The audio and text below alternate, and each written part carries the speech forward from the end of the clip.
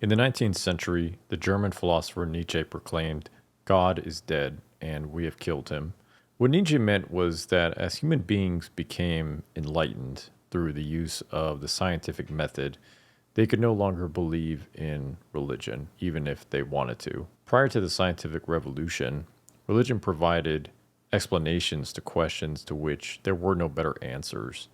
Until, of course, science began to generate those better answers. Religious belief was as unquestioned by our ancestors as gravity is by modern people. It was a fundamental constituent element of reality. The problem with science was that as it pulled back the veil on the fabric of reality, it showed us how things actually worked.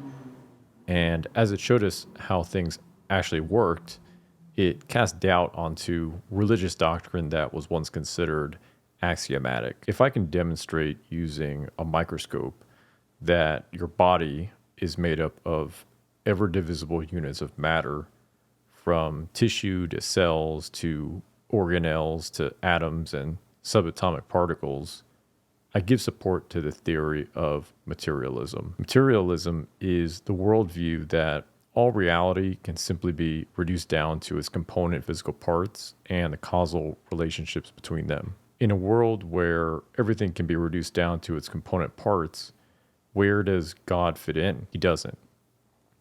We don't need a metaphysical explanation for birth, death, why terrible tragedies happen, or if there's an afterlife. If everything is physical, you don't need the metaphysical. It's all simply one big machine. Your emotions, your apparent free will is just the end product of one big impersonal chemical chain reaction. Your consciousness and its subjective experience of reality itself must also have a material substrate, even if we haven't figured out what it is yet. The religious axioms of the past that once appeared so self-evident to us could not stand beneath this ever-growing mountain of scientific revelation. However, what you just heard probably doesn't feel right.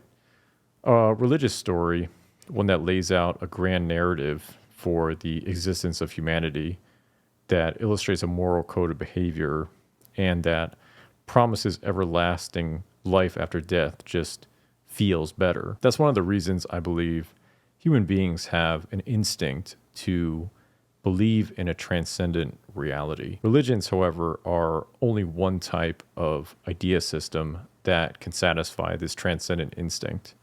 Other systems can take its place. With the death of God, modern man is in need of a replacement to quench his thirst for the transcendent. This is why I think many systems of ideas have become so prominent. They exist as pseudo-religions meant to occupy the void in our psyche that was once filled by religion. This replacement occurs in the same way that pornography is a virtual replacement for an intimate partner, or video games are a virtual replacement for achievement. This is why I joke by saying atheists don't exist. Someone can call themselves an atheist and say they don't believe in any of the named religious systems like Christianity or Islam. However, if you talk to them long enough, you'll discover a topic or system of ideas that they essentially treat as a person would treat a religious system. That system of ideas is filling the place in their psyche that in someone else is filled by religion. We know these idea systems as ideologies. In this video, I'm going to discuss the ideology known as the red pill. I'm going to try and explain what the red pill is and why I think so many modern men are attracted to it. A man typically discovers the red pill after he experiences an initial crisis or traumatic event in regard to his relationship to women. Maybe he gets cheated on, maybe he has a brutal divorce, maybe he just doesn't understand why women don't like him. Maybe he just hears about the horror stories his dad or his friends went through. Maybe he just goes down a YouTube or TikTok rabbit hole. Whatever the details, whatever the reason, he faces some sort of dissonance in regards to his relationship to women as such. Some sort of doubt that things aren't as bright as he once thought. This dissonance causes him to feel like he's lacking something. He feels like he's not enough. So he begins scanning the environment for help. He's looking for his spiritual guide, so to speak. He goes on the internet and YouTube and message boards. He finds the red pill. He finds red pill content creators. This content and these creators become his spiritual guide. As I thought about the red pill and all of the ideas associated with it, I tried to figure out why these ideas in particular appeal to modern men. As I thought about it, I think I began to understand why men are attracted to the red pill. It's because the red pill provides to men what a religious system would have previously provided. Some of those being a meta-narrative within which to view their life, a moral system, as well as helping them satisfy their needs for status and cope with fear. I'll go through each of these, starting with providing men with a meta-narrative within which to view their life. The red pill tells a story, but it doesn't just tell a story. It tells a story that men can relate to. And it doesn't just tell a story that men can relate to. It tells a story modern men can relate to. The story of the red pill originates in the movie The Matrix. In The Matrix, Neo lives in a world familiar to the average Western man. He's an office worker. He wakes up in the morning, drinks his coffee, drives to work, sits in a cubicle, stares at his computer screen, and does paperwork. He then drives home, eats dinner, and goes to sleep just to wake up and repeat the cycle. Although repetitive, this world feels to Neo both safe and comfortable. However, after Neo meets Morpheus, it's revealed to him that this safe and comfortable world isn't real. It's actually a computer simulation. The entire world Neo has spent his life in is artificially generated. This is the first element of the red pill narrative, the false world. However, it's not just a false world. It's a false world of safety and comfort. The important thing for the red pill narrative is that the false element gives comfort. It's a lie, but at least it's a comfortable lie. The second element is the real world. When Neo is unplugged from the Matrix for the first time, his old life as an office worker vanishes. He awakens in the real world. In the real world, human beings live an underground subsistence existence. They are constantly being hunted by terrifying, powerful mechanical beings. If the location of their home, Zion, is ever discovered, they will all be brutally slaughtered. This second element consists of the inverse to the first element. In contrast to the comfortable, safe, but false world created by the Matrix, the real world is violent, gritty, and desolate. However, despite its violence, at least it's real. Which leads us to the last and most important element of this narrative, the fact that Neo has to choose between which of the two worlds he will live in. To understand why this choice resonates with modern men, you have to understand how many men feel living in modern society. Modern men feel alienated from their own society. And they don't just feel alienated, they feel atomized and enslaved. They feel as if they are enslaved by a master who they cannot see. They feel as though trapped in a massive machine, a machine controlled by an oligarchy that pulls all the strings of their lives, a machine that extracts their life force from them while distracting them with petty trivialities. They feel that the veil of reality is a thin veneer that covers a much more sinister truth, a veil that exists only to fool them into docile servitude, while at the same time not being very convincing of its own objective. It's as if the facade is always moments away from unraveling and revealing the grotesque machinery that hums away beneath it all. A film like The Matrix provides the perfect fictional and visual metaphor for how these men feel about the actual society they live in. Neo provides a protagonist they can identify with.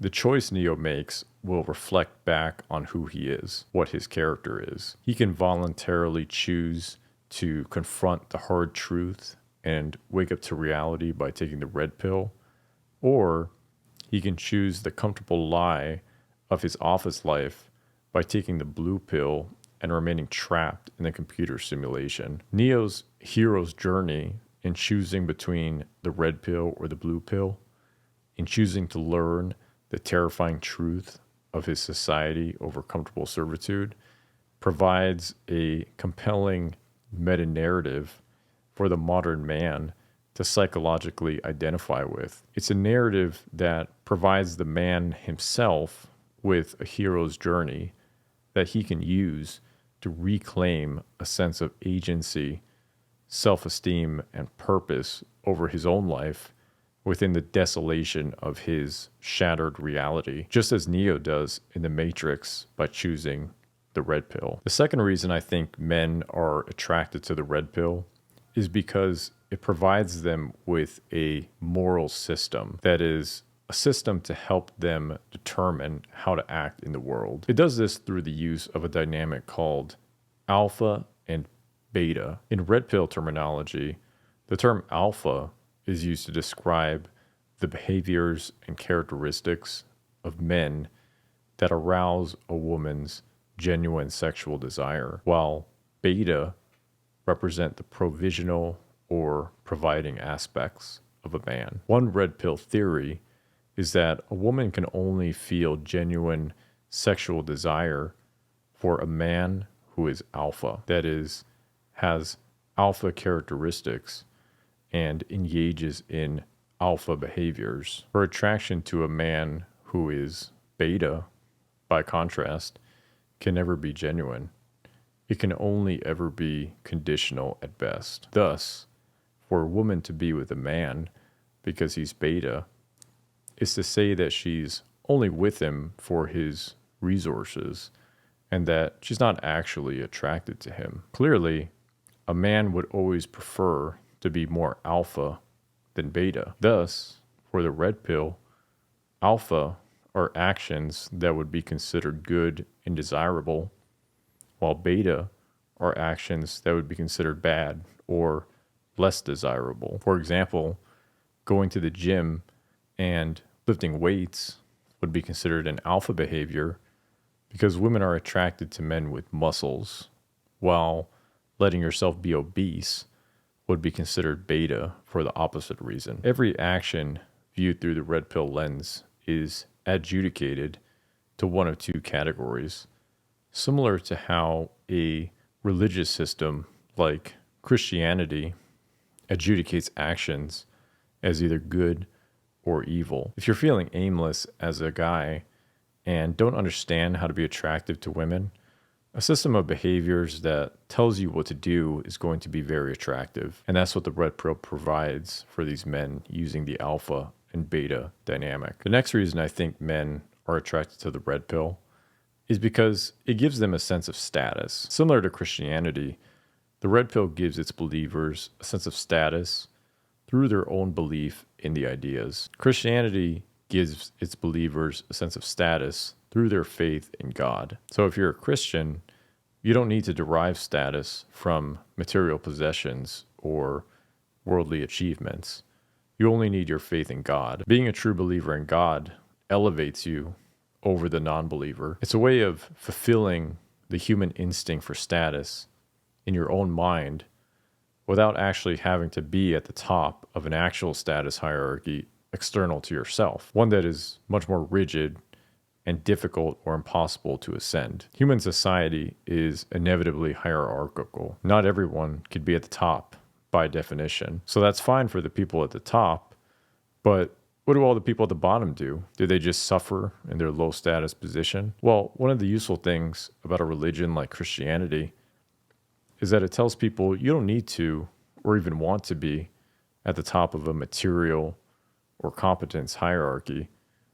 You only need to have faith in God. In fact, being able to renounce material possessions in Christianity is seen as high status. So Christianity takes someone at the bottom of the hierarchy, someone poor who doesn't have any power or wealth, and gives them a pathway to, at least in their own minds, perceive themselves as being high in status, if only through devotion to God. The red pill fulfills men's instinct for status seeking in a similar way. You live in a tough, gritty, real world. You're part of the underground resistance of Zion, sort of detached from mainstream society. You've taken the red pill. You see the strings that control the system. You're privy to the secret knowledge that others aren't. You're not fooled by the mainstream narratives of society like all the blue-pilled normies are.